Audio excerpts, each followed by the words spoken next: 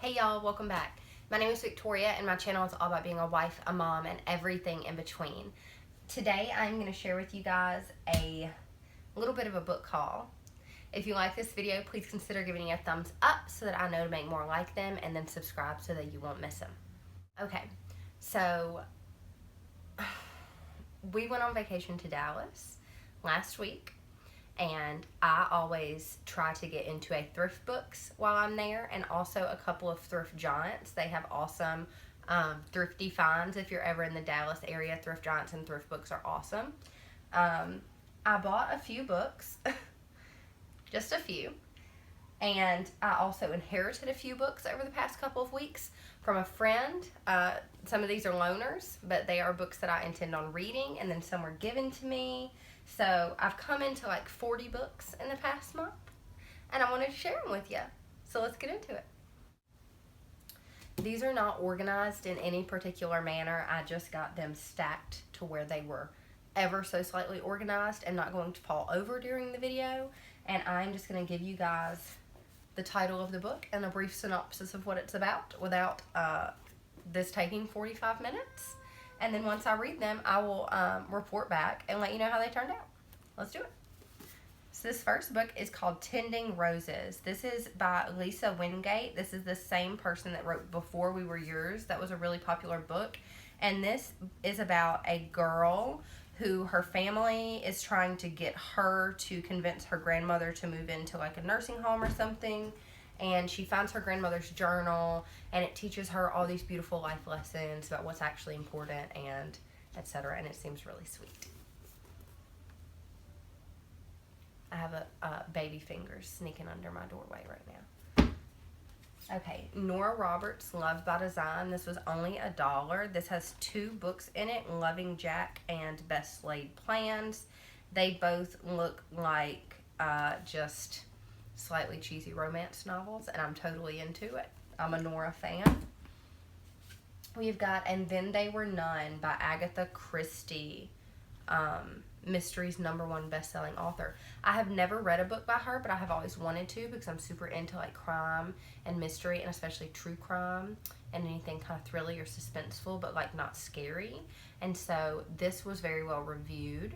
And I think I found this for, $3.50, so I'm going to give it a try. I've never read anything by Agatha. And this is set up kind of like almost like a game of Clue, like a whodunit type of thing. We'll see. I have high hopes for that one. This is a Nicholas Sparks book, A Bend in the Road. This one is supposed to be really, really sweet. This man's wife is killed in a hit and run. He meets this other chick.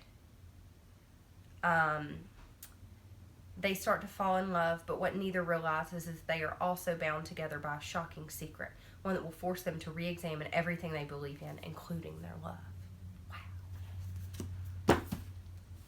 Another Nora Roberts. This is her #1 rated book. This is Vision in White. This is #1 in her Bride Quartet set, which I think has 4 books in it. I only wanted to commit to one though because I didn't want to buy 4 books because they were like $4 a piece, which for this haul is not a bad price, but it's not $1. So I didn't want to commit to all 4 books in case I didn't like this. So we'll see how this one goes, and then we'll invest in the other ones if we need to. This is The Teachings of Jesus by B. Harvey Branscombe, and I don't exactly know what it is. It looks like kind of just a breakdown of all the different righteousness of the kingdom of God, how Jesus taught, the gospel according to John, Jesus and the Jewish scriptures. But the back says, it is the best book for its purpose we have seen. It will be useful and profitable to younger and older students everywhere. And that just kind of caught my eye, so I got it. This is Murder in Morningside Heights by Victoria Thompson. This is like a private detective who's pretty new on the scene. He hasn't done a lot. A girl gets murdered. The police rule it an accident or something, but her parents are like, probably not. And so they hire this guy. And then it turns out that their daughter was into all kinds of like secrets and lies, and it looks pretty good. Okay, this is The Centurion's Wife by Davis Bunn and Jeanette Oak. One of them. I've seen her name a lot in like Christian fiction. This is basically the story of a woman, I believe, who is married to one of the centurions who is directly related to like the capture and crucifixion of Jesus or Yeshua, is what I get from the synopsis of this. It's a little confusing the way it's explained, but I think this is going to be her story and like how it changed their lives, and I think that they become believers. It looks like it's going to be really good. Biblical fiction is something that is hard to come by, and then when you do come by it, so much of it seems so cheesy that it wouldn't actually be like entertaining and like keep you wanting to read it. But this looks good. I got another one too. This is sold on a Monday. My friend picked this up. This is supposed to be based on a true story. A newspaper reporter sees a sign on the front of a house that says 2 children for sale. Inspired by an actual newspaper photograph that stunned the nation. Sold on a Monday as a powerful novel of love, redemption, and the unexpected paths that bring us home. Heartbreak of children deemed unwanted. It looks amazing. I think it's going to have to do with orphan care, and I'm all about orphan care. So I'm excited to read that. I think she found that at like a Goodwill that was going out of business. She just read this book, Where the Crawdads Sing. It's super popular. If you're a reader, you have probably heard of it. I think she rated it a 5-star book. My best friend did. That's who I borrowed this from. I'm going to make this a priority to read soon. Laura Hillenbrand, Unbroken, a World War II story. This looks really, really great. This is about a World War II pilot whose ship, I believe, I could be butchering this a little bit, I think his ship crashes in like the middle of the ocean, and then he, like there's no land in sight anywhere, there's sharks everywhere, he survives, and then finally like makes it home and is a hero. Could be a little wrong. It sounds like an amazing story, though. I'm sure that the actual synopsis does it much more justice. Extraordinary Odysseys of the Second World War. The lieutenant's name was Louis Zamperini. Ahead of Zamperini lay thousands of miles of open ocean, leaping sharps of foundering wrath, thirst, and starvation. Enemy aircraft, and beyond, a trial even greater. Driven to the limits of endurance, Zamperini would answer desperation with ingenuity, suffering with hope, resolve, and humor, brutality with rebellion. His fate, whether triumph or tragedy, would be suspended on the fraying wire of his wheel. I think this is like a major motion picture right now. We don't watch a lot of cable, so I miss a lot of the, what do you call those? Commercials, previews for new movies that are coming out. I got it. This is the same chick that wrote Seabiscuit too, which apparently was, for a lot of people, just a game-changing novel. I can't say the same, but this is supposed to be really phenomenal, and I'm excited to read that. Anything World War II is just fully up my alley. Okay, this is called The Insanity of God. I picked this up a little while ago. This is by Nick Ripken with Greg Lewis and a foreword by David Platt. A true story of faith resurrected. This is, will you follow Jesus even when it doesn't make sense? Nick Ripken has walked with followers of Christ from the hills of Kentucky to war-torn Somalia, faced with suffering in his own family, the realities of war around him, and the systemic destruction of the work he felt called to do. The evil was at times overwhelming. How could God be good when life was so dark? How could Christ reign victorious on a day when the number of martyrs included some of Nick's best friends? Is there really power in Christ no matter the circumstance? How does faith survive, let alone flourish, in the places of life that are overcome with the darkness of sin, despair, and hopelessness? Is God truly enough? Have your questions answered in the insanity of God. This looks really good. I remember that was just this is a long synopsis. That was just a little overview of what it says. This looks really, really, really good. A story of like trial and triumph and like emboldened faith. It looks really good. Okay, I got this book on the clearance rack at Half Price Books for $2.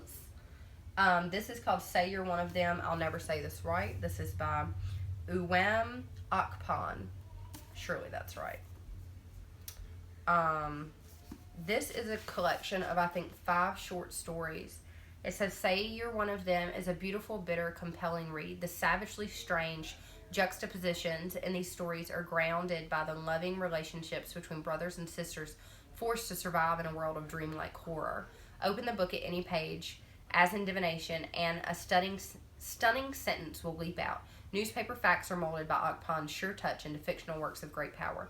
So this is about, I think that all 5 of these, and I could be a little bit wrong, I think all 5 of these are written from a child's point of view, and it's just about all of the slavery in Africa, the Christian-Muslim conflict. They're living with nothing. An uncle apparently tries to sell them into slavery a couple of times. It's crazy. It looks like it'll be a really like heartbreakingly informative book. I'm excited to read this. That'll be a good one. I don't read enough stuff like that. Okay, we have here The Gates of Zion by Bodhi Thone, maybe. This is Ellie, a young American photojournalist, finds herself in Jerusalem in 1947.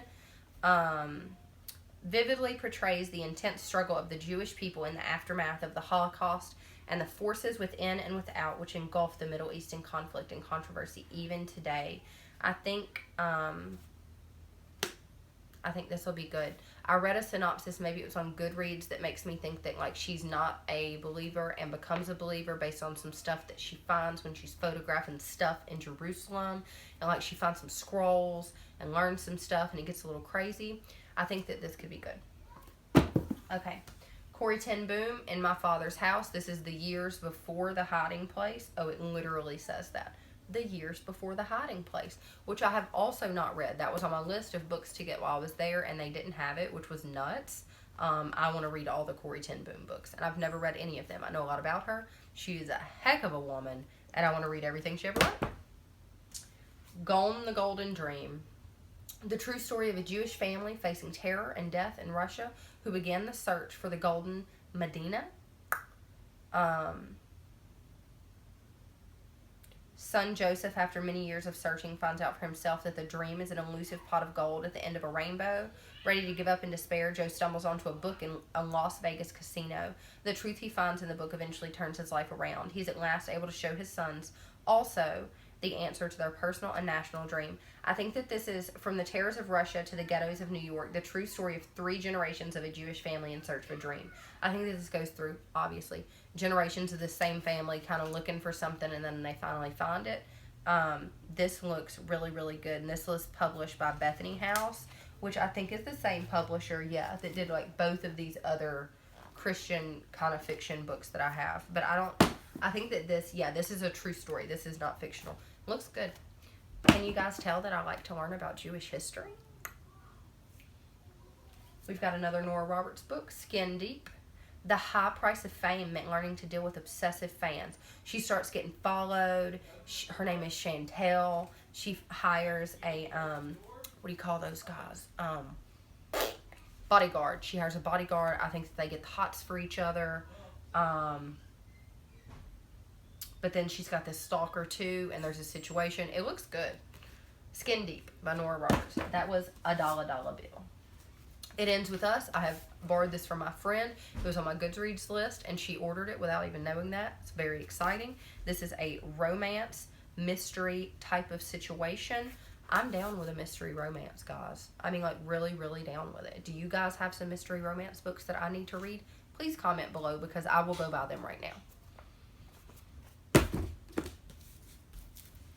This is Erasing Hell by Frances Chan and Preston Sprinkle. I like that. This is all about what happens after we die. Hell, heaven, what God said about eternity, and the things we've made up. And I like this. This says this is not a book about who is saying what. It's a book about what God says. It's not a book about impersonal theological issues. It's a book about people God loves. It's not a book about arguments, doctrine, or being right. It's a book about the character of God. That's what I'm looking for in a book, guys. That's what I'm looking for. That's Erasing Hell by Frances Chan. Okay, this is Flyway by Kristen Hanna. Kristen Hanna is a pretty popular fiction writer. I've only read one of her books. It was very, very good, but a little bit difficult to like keep me reeled in with. I feel like it was kind of drawn out. And that book was called Firefly Lane. And then this is the sequel to that book. So like I did like it enough to read the next book. It just like, I don't know, it was almost a little, I don't want to say boring, but like a little, but at the same time, I wanted to know what was going to happen, and I was very invested in the characters. Yeah, Tully and Kate were the girls' names. And I read that several books ago, and I still remember. So, like, it ain't bad. It's about two best friends, and it follows their journey from, like, early childhood to, in the last book, like, their 40s. And then this kind of picks up where that one left off. It's really good. I recommend it. Okay.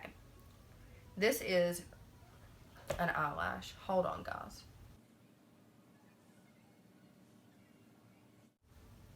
Okay. Recovered. This is Reality, The Hope of Glory by Aaron Katz with Phil Comack. I think that I got this from my preacher's house. He had a box of books he was getting rid of. It looks really good. It says on the back, this is not a synopsis, but it is a, a little, like, quote from somebody who read it. It says, of the multitude of books I have read, there have not been a handful to impact my life like this one has. The Word of God is active and sharp and will divide between that which is soulish and that which is spirit. The message of this book has that quality. If you read it for entertainment, you will almost certainly be offended. If you read it with a humble and contrite heart, you may be in danger of being forever ruined for anything but the gospel of Jesus Christ, which is reality, the hope of glory. This looks amazing. I mean, that sounds like something I need to read. Gonna read it. This is The Holy Tongue. This may or may not have come from my preacher's house too. This book, from what I can see here, is all about speech. And like how we speak, how God spoke, how other people speak, what speech is, where it comes from, scriptural basis for the holy writings of the monotheistic religions, Hellenistic Judaism, speech diverted, speech absent, refused, freed, what speaking means, the human structure of receiving language in the thought of R. Lowe. I don't know, guys, it looks a little intense, but I remember looking through it and thinking, like, you should read this, because I don't know if you guys have caught it in any of my other videos, my Instagram stories. Are you following me on Instagram? You should be. I'll post the link thing somewhere here so that you can be. I'm really working on my speech. I'm working on what goes into me, in my heart, guarding my heart, and I'm working on the thoughts and the words that come out of my mouth. It's something we should all work on, but especially me right now in this season. This is Eleanor Park. This I got from Thrift Books. This is a really popular, like, teen fiction book right now, and it's just your classic love story about some misfit kids, black t-shirts, headphones, head in a book. He thinks he's made himself invisible, but not to Eleanor. Never to Eleanor. They fall in love. Are you ready for it? I am. Fight Back with Joy. Definitely stole this off of Madeline's bookshelf. Joy is more than whimsy. It's the weapon you can use to fight life's greatest battles. Y'all, this book looks good. I remember this book came out a few years ago. When did this book come out? Let's find out. How long ago has that been? Because I've been saying I was going to read this ever since I saw it for the very first time, and I feel like that's been a long time ago. Oh, wow. It says it was 1976. When were you redone? 2015. That had to have been when I saw it. I remember seeing it and thinking, like, gotta read that. You'll be captivated by her skill in weaving together words, thoughts, and phrases, but even more beautiful is the way you'll be drawn closer to Jesus, our source of joy. This looks really, really good. I don't have a full synopsis of what it's about because I haven't done it. I do think it's definitely about, like, finding joy through Jesus and how, like, he is where we get our contentment and where we should expect to find our joy and how we can't find it in other things. And I am a person who struggles with depression, and this seems like a book that would be really, really good for me because sometimes it is hard for me to find my joy, y'all, and I'm trying to find it. This is by Margaret Feinberg. Have you read this book? Let me know how it is set up and what you thought about it in the comments because I'm really interested in that one. I'm on a fiction kick right now, though. I'm having a hard time going into nonfiction right now because I get so bored because I'm engrossed in all these, like, really entertaining and good stories. Hope Grows in Winter by Woodrow Kroll and George D. Miller III. Inspiring real-life stories of how hope changes lives. This looks good. A father plays with his child in the morning and buries him at sunset. A pastor learns that his mysterious sickness is advanced AIDS. A family mourns the murder of a husband and father and finds grace to forgive the killer. The most unlovable of children bends but cannot break a family. Though fiercely attacked by the wonders of life, each contributor has come to the same conclusion. God keeps his promises. When we are convinced that God is greater than the situation, feelings of hopelessness quickly subside. This is a collection of stories from all different people about how they went through something really hard and kept their hope and, clung to the Lord and made it through to the other side. This looks really, really good. I feel like I've said that a lot. These books look good, guys. That's why I bought them. This is the Alice Network. This is a really popular book right now. I walked into Thrift Books and they do like a book club, I guess, where once a month they'll highlight a book and tell everybody to read it. And this is their book of the month for, I guess, December is when I was there. This is also part of Reese Witherspoon's book club, if that feels important to you. I feel like it adds a little sass to it. This is about it's a little confusing because this is like a spy, like espionage type of thing. So the synopsis, of course, is a little bit shady because I don't want to give too much away. But it starts out in 1947. There is a girl who is pregnant, and her family's like, go get your little problem taken care of, I think is the way it's worded. And they send her off to London to, I think, have an abortion. I'm not sure. And then she starts looking for her cousin who disappeared during the war and can't find her. And that's 1947. And then it jumps down to 1915, and it says, 30 years later, haunted by the betrayal that ultimately tore apart the Alice Network, which is this group of lady spies, I think. Eve spends her days drunk and secluded in her crumbling London house. That is, until a young American barges in, uttering a name Eve hasn't heard in decades, and launches them both on a mission to find the truth, no matter where it leads. But then that's 30 years before the other girl with the baby is looking for her cousin. So I don't know what's going to happen, but it looks very entertaining. Wish I had more information to give you. Have you read it? Is it good? I want to know. I'll never say his name right. We're going to say that this is John Krakauer. I know it's not right, though. This is Into the Wild. Most people know about this. This, I thought, was more of a biography type of situation. I don't know why I would have thought that, because the guy's dead. I mean, you can write a biography about somebody who's dead, though. But this is in this gripping account, acclaimed journalist John K. reassembles the disquieting facts of Chris McCandless's short life and searches for clues to the mystery of his untimely death. So this guy, I think, is fairly successful. This is a movie that I've seen, but 10 years ago or so with my husband. He really liked it.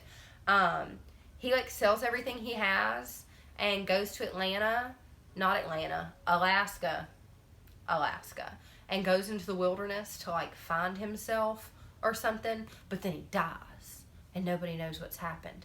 And they're all like, why is he even in the wilderness? What happened? It looks good. It looks good. We're going to read it. Chris says I must, so I must. Maya Angelou. I Know Why the Caged Bird Sings. This is the first part of her autobiography, which I think is 4 or 5 books. I could be wrong on that. I think it's I think that she has really written down some information. She's a smart lady, though, and I want to read all of the information that she has given to us. I'm excited about this. Every time I see a Maya Angelou, I say Angelou, quote pop up or a meme or anything, I'm just like, yes! And so I want to know more. Okay. Patricia Cornwell. This book was $1.99 at a Thrift Giant, which is like a Goodwill, but better. But it looks good. It's called Cruel and Unusual by Patricia Cornwell. It says, "Killing me won't kill the beast," are the last words of rapist murderer Ronnie Joe Waddell, written 4 days before his execution. But they can't explain how medical examiner Dr. K. Scarpetta finds Waddell's fingerprints on another crime scene after she'd performed his autopsy. Wow. If this is some sort of game, Scarpetta seems to be the target. And if the next victim is someone she knows, the punishment will be cruel and unusual. Wow. This looks like a really good, mystery, thriller type of thing. I've never read anything, because given I'm sure that a lot of people are like, not really. This feels intense to me as far as like the crime world goes, and like a little scary, and I never read anything like that, so I'm excited to see how it goes. I'm pumped. I have got Frankenstein by Marie Shelley. It was $2 bills, and it just seems like something I should have and read and own. I mean, I know the story, and it seems like it would be entertaining enough to read. We'll see. I'm going to definitely give it a try. The Selection. I don't know a lot about this book. This says, let's see what this says. Let's peel the sticker off. I paid $3 for this book. This says 35 Girls, 1 Crown, the competition of a lifetime. This is called The Selection. No, I paid did I say $3? $3. The Selection by Kiera Cass. I think that I know that this is like a teen fiction type of thing. I had it on my Goodreads list. I think that it's like a fantasy-ish but pretty realistic book. It seems like if you took The Bachelor and The Hunger Games and mixed them together in a pot, this would come out. The opportunity to be swept up in a world of glittering gowns and priceless jewels, to live in a palace and compete for the heart of gorgeous Prince Maxon. For 35 Girls, The Selection is the chance of a lifetime. But for America Singer, being selected is a nightmare. It means turning her back on her secret love with Aspen, who is a caste below her, and leaving her home to enter a fierce competition for a crown she doesn't want. Then America meets Prince Maxon. Gradually, she begins to realize that the life she's always dreamed of may not compare to a future she never imagined. I don't know why, but for some reason I feel like there's going to be some fantasy involved in this, and I don't read fantasy. We'll see. That's The Selection. The Story of a Life by Aaron Appelfeld. What is this? In spare, haunting, almost hallucinogenic prose, the internationally acclaimed, award-winning novelist shares with us, for the first time, the story of his own extraordinary survival and rebirth. Yes, this is a man. Yes, this is this man. Let's all take a moment for him. Here he is. Aaron Appelfeld. He did some stuff. I'm going to read you the full synopsis because I remember being real impressed by this. Aaron Appelfeld's childhood ended when he was 7 years old. The Nazis occupied the place where he was from that I would never be able to pronounce, in 1941, pinned the Jews into a ghetto, and a few months later sent whoever had not been shot or starved to death on a forced march across the Ukraine to a labor camp. As men, women, and children fall away around them, Aaron and his mother was killed in the early days of the occupation, miraculously survive, and Aaron, even more miraculously, escapes from the camp shortly after he arrives there. Wow. The next few years of Aaron's life are both harrowing and heartrending. He hides alone in the Ukrainian forest from peasants who are only too happy to turn Jewish children over to the Nazis. He has the presence of mind to pass himself off as an orphan Gentile when he emerges from the forest to seek work, and, at war's end, he joins the stream of refugees as they cross Europe on their way to displaced persons camps that have been set up for the survivors. I am winded. He observes the full range of personalities in the camps. Exploitation exists side by side with compassion, until he manages to get on a ship bound for Palestine. Once there, Aaron attempts to build a new life while struggling to retain the barely remembered fragments of his old life. Everyone urges him simply to forget what he had experienced, and he takes his first tentative steps as a writer. As he begins to receive national attention, Aaron realizes his life's calling to bear witness to the unfathomable. There we go. Unfathomable. In this unforgettable work of memory, Aaron Appelfeld offers personal glimpses into the experiences that resonate through his fiction. I promise you guys that I can read English. That looks amazing. I'm going to really maybe read this next. We're going to put that there so I remember. The Scarlet Letter. I felt the same way about this as I felt about Frankenstein. It's a classic. It's something I should have. I'm actually realizing right now that I think that I bought this the last time I went to thrift books, but I still haven't read it and you haven't seen it. So here it is. The Scarlet Letter. I feel like we all know what that book's about. This is The German Girl. This was on clearance at Thrift Books too, and it was only $2 bills. This is by Armando Lucas Correa. Wow. This is, so 1939, before everything got buck wild, a glimmer of hope appears in the shape of the St. Louis, a transatlantic ocean liner promising Jews safe passage to Cuba. At first, the liner feels like a luxury, but as they travel, the circumstances of the war change, and the ship that was meant to be their salvation seems likely to become their doom. And then it jumps to like 60 years later, and it says, on her 12th birthday, Anna Rosen receives a mysterious package from an unknown relative in Cuba, her great-aunt Hannah. Its contents inspire Anna and her mother to travel to Havana to learn the truth about their family's mysterious and tragic past. Weaving dual time frames and based on a true story, The German Girl is a beautifully written and deeply poignant story about generations of exiles seeking a place to call home. This just seems like a beautiful book, and I'd never heard of it before. I just came across it on the clearance rack, like I said, and it says it's an international bestseller, and I am all about a World War II book, y'all. Like historical fiction set around World War II and the Holocaust is just my jam. That's where I'm at. That's where I'm trying to be. Waiting for Wonder. Learning to Live on God's Timeline by Marlo Shelley. I feel good about that. This is a story that follows, okay, you're following Sarai from the Bible, and how she had to wait, and then she finally got what God had promised her, and how, like, we can find joy in the waiting, and we can keep our hope, and we can walk in grace, and it can be okay even in the waiting. And I think that she kind of ties it into, like, motherhood a little bit. It seems like it's going to be really, really good. The story of Sarah is, of course, inspiring, and I'm excited to read more about that.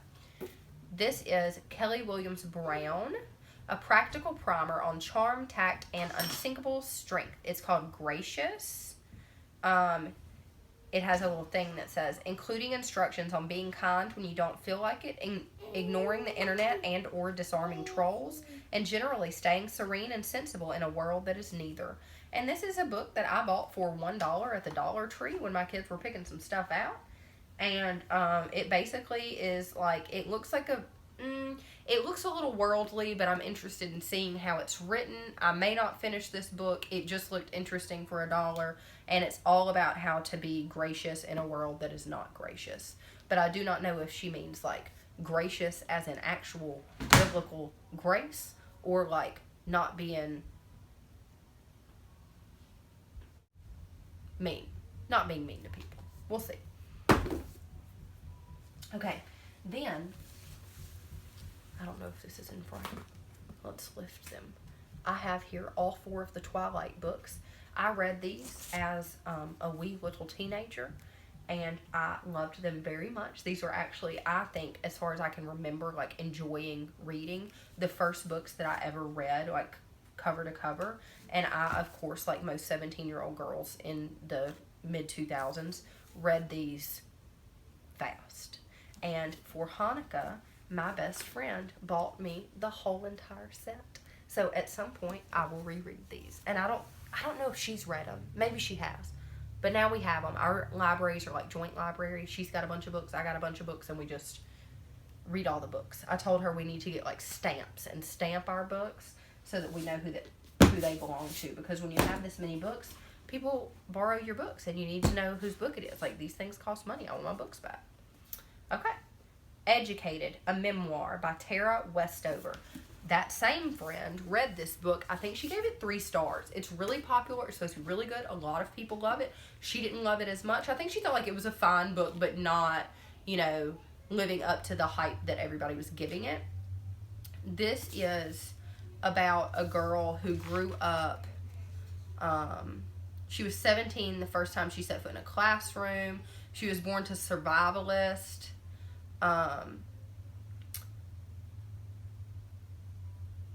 Her father distrusted the medical establishment. I think she was homeschooled by like crazy people though. I'm all for homeschooling. Root for the homeschoolers, yes. But I think that her parents were cuckoo bananas, and this is kind of her story of growing up with crazy parents and how that turned out for her. It sounds amazing. We'll see. I'm sure there's more to it, too. I think there's some kind of, like, a plot twist that I'm not thinking of here. This is The Song of the Jade Lily. I paid $8.50 for this book, and that was at a thrift shop, so, like, I really wanted it. This is a basically a Japanese point of view on World War II historical fiction. And it sounds amazing. Most all of the World War II historical fiction, which if you're not interested in that, I am so sorry, because this is basically, I'm realizing, what most of my books are. It's good. You should get into it. This is a Shanghai ghetto. Yeah, it's a Japanese viewpoint on World War II. I feel like I just got a little scatterbrained. All the books, though, that's what I was trying to say. All of the World War II historical fiction books are all, of course, based from, like, a Jewish child or Jewish man or woman's point of view. It's always Jewish, though, which I love. I'm not down in that at all.